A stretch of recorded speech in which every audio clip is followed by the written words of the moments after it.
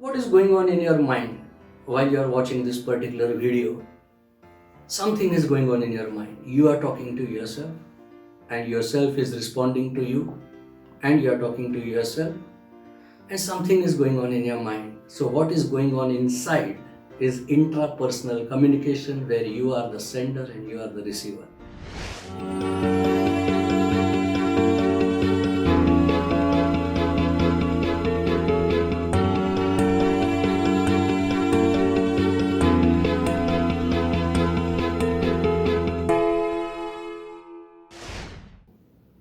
Hello, viewers. Welcome to your own YouTube channel of Budding Journalists, and I'm Vinay Kulkarni here to talk to you on your very favorite subject, that is mass communication and journalism. So, what's the topic for today? The topic for today is a subject of the course of mass communication and journalism.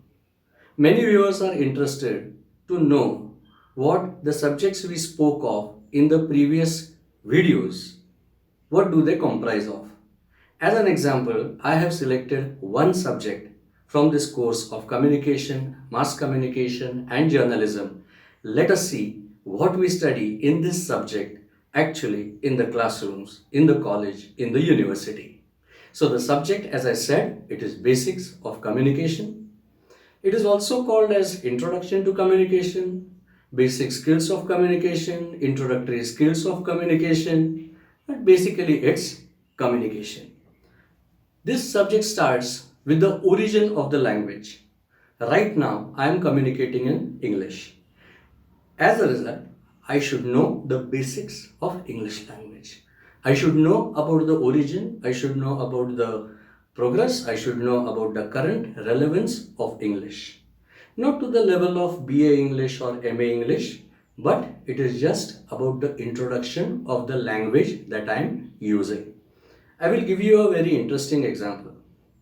In our classrooms, we always take this example.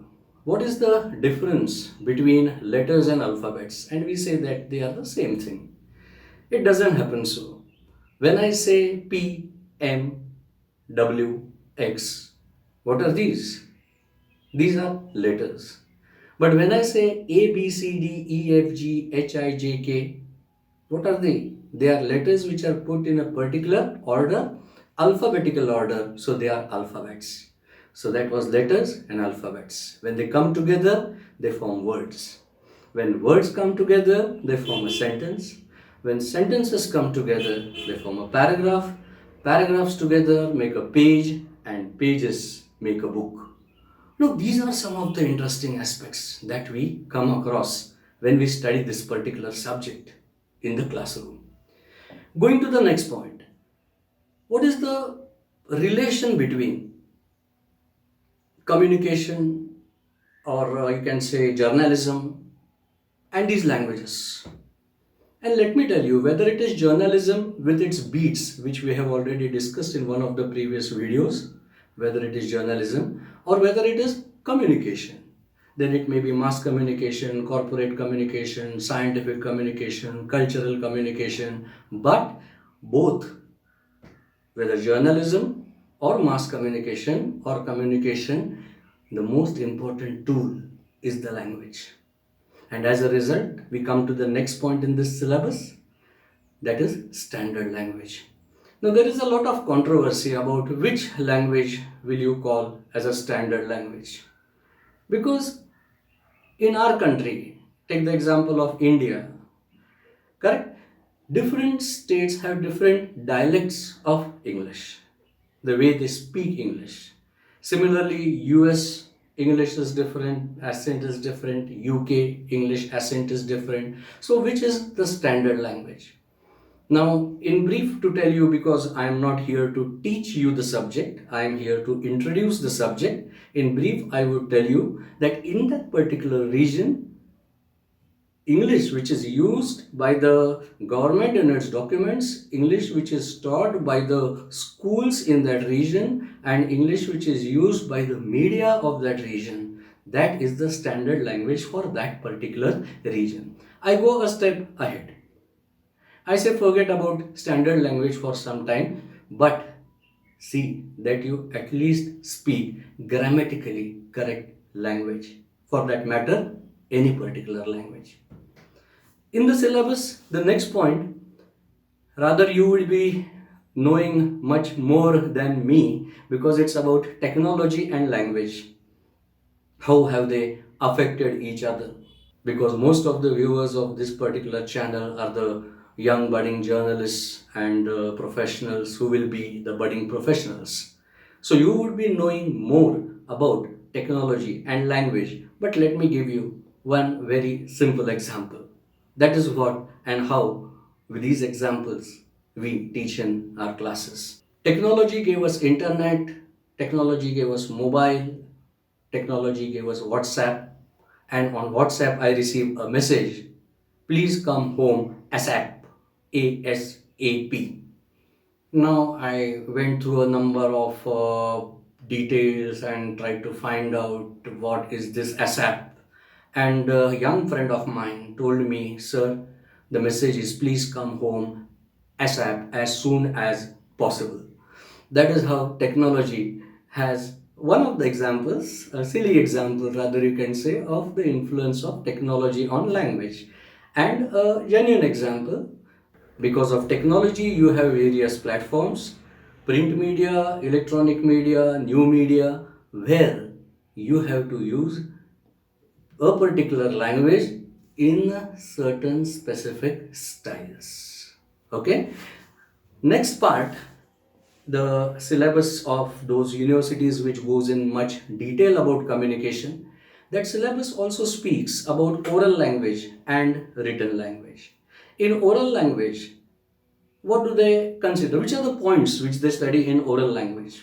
I would just mention the points and give a few examples for you to know the subject. In oral language, they consider the pronunciation, intonations, rise and fall of the voice, inflection, enunciation, pause, pace, pitch. I would focus rather your attention on the first word itself.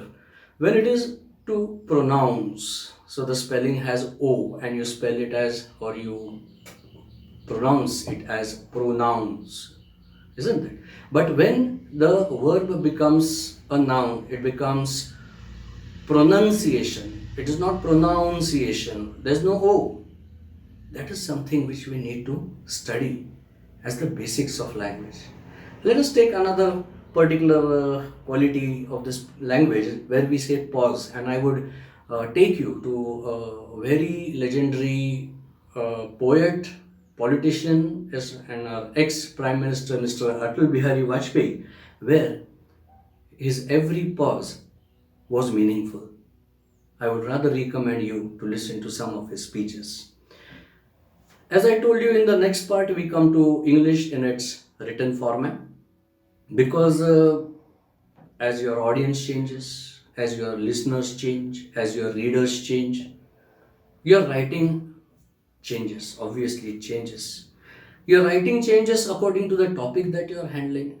Your writing changes according to the platforms. I mentioned the platforms just now, and it also changes according to the situation. While you are doing this, at the same time, while you are handling these various genres, while you are handling the various topics, you yourself have to develop your unique writing skill. Like when I read a few fiction books, from the writing skill I come to know this is something written by Chetan Bhagat. Why? It is his uniqueness. When I read a particular type of shairi, I come to know, okay, it is Gulzar Saab. Why?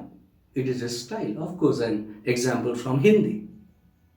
Now we come to a very important part of syllabus, and that is vocabulary, at which most of us are we need to work a very lot on vocabulary. You know what vocabulary is?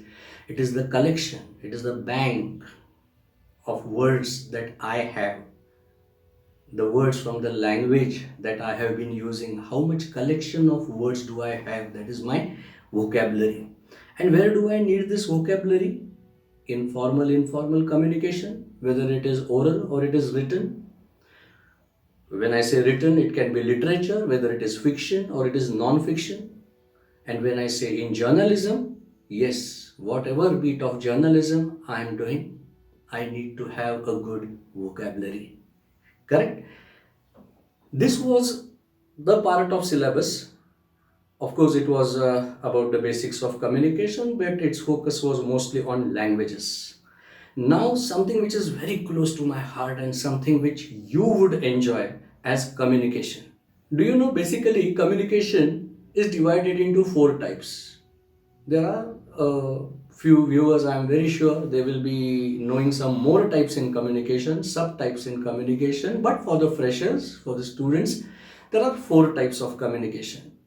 Let us see them and just get introduced to them. You'll find it very interesting. The first is intrapersonal communication. What is going on in your mind while you are watching this particular video? Something is going on in your mind. You are talking to yourself, and yourself is responding to you, and you are talking to yourself, and something is going on in your mind. So, what is going on inside is intrapersonal communication, where you are the sender and you are the receiver. Second is interpersonal communication, and needless to say how important interpersonal communication is, whether it is between two friends, whether it is between parents and children, whether it is between interviewer and interviewee, where it's a question of getting a job, or whether it is the diplomatic interpersonal relation at the international level. You can understand the importance of communication. The third type, group communication. When I say group communication, it can be group discussions where you have to score a point over others.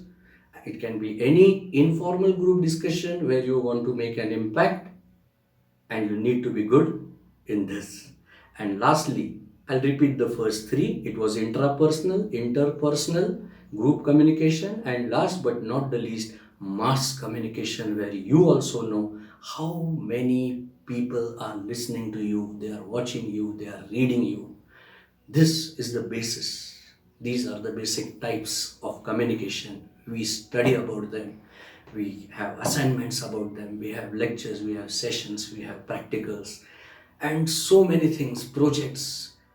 We study all this in this particular subject, basics of communication, and this will give you an idea how impressive and interesting this subject is.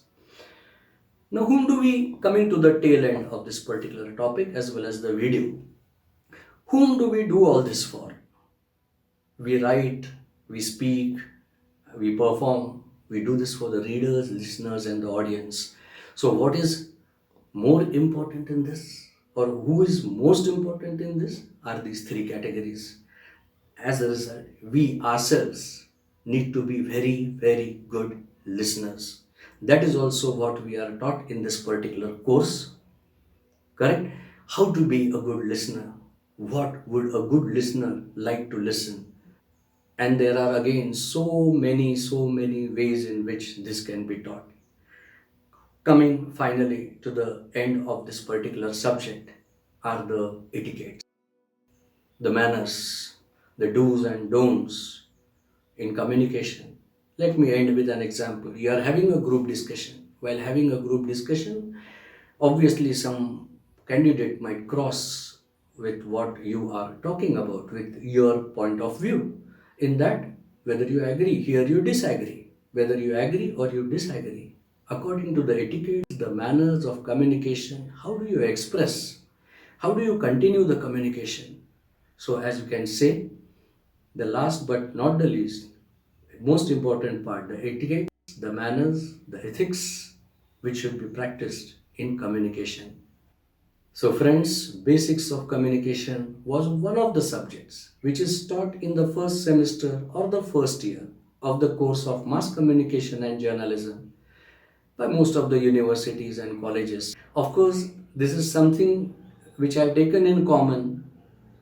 Different colleges and different universities have some additions and subtractions in this particular syllabus. Thank you very much for viewing. Next time we will meet with something else or the next subject in this particular stream of mass communication and journalism at the graduation and the post-graduation level. Thank you so much. Please subscribe.